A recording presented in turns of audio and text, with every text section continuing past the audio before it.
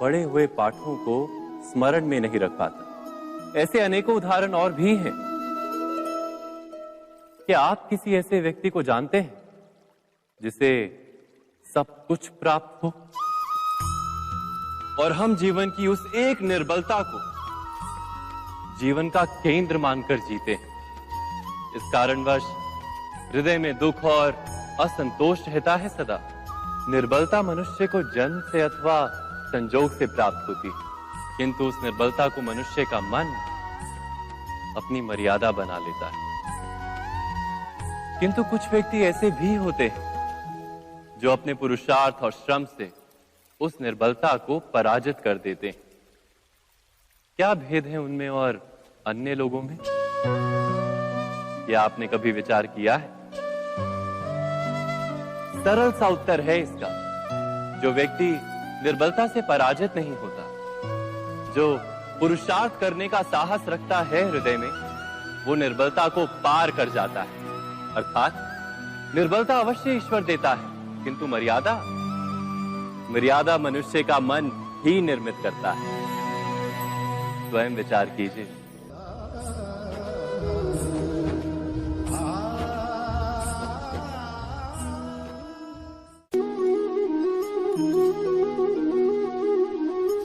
भविष्य का दूसरा नाम है संघर्ष।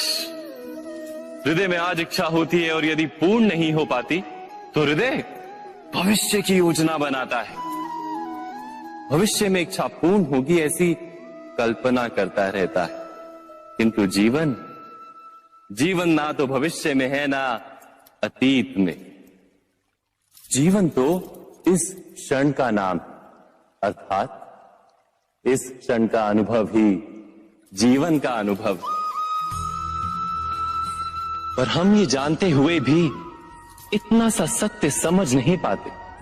या तो हम बीते हुए समय के स्मरणों को घेर कर बैठे रहते हैं, या फिर आने वाले समय के लिए हम योजनाएं बनाते रहते हैं और जीवन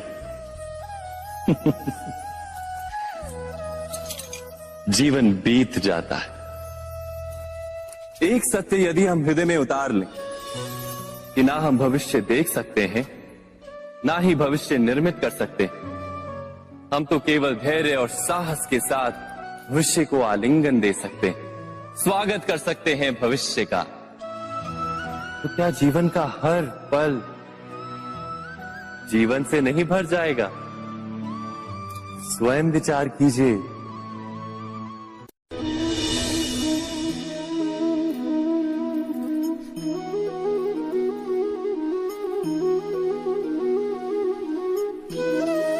ज्ञान प्राप्ति सदा ही समर्पण से होती है, ये हम सब जानते हैं।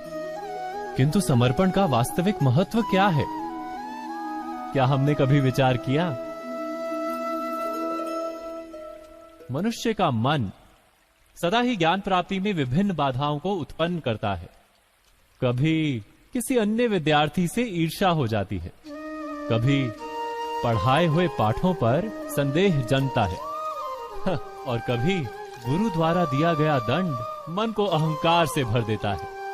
नहीं, क्या ऐसा नहीं होता? न जाने कैसे कैसे विचार मन को भटकाते हैं और मन की इसी अयोग्य स्थिति के कारण हम ज्ञान प्राप्त नहीं कर पाते। मन की योग्य स्थिति केवल समर्पण से निर्मित होती है। समर्पण मनुष्य के अहंकार का नाश करता है।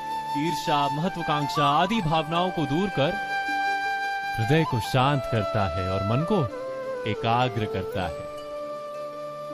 वास्तव में ईश्वर की सृष्टि में ना ज्ञान की मर्यादा है, ना ज्ञानियों की। गुरु दत्तात्रेय ने तो गाय और श्वान से भी ज्ञान प्राप्त कर लिया था। अर्थात विषय ब्रह्म ज्ञान का हो या जीवन के ज्ञान का या गुरुकुल में प्राप्त होने वाले ज्ञान का, उसकी प्राप्ति के लिए गुरु से अधिक महत्व है उस गुरु के प्रति हमारा समर्पण। क्या ये सत्य नहीं?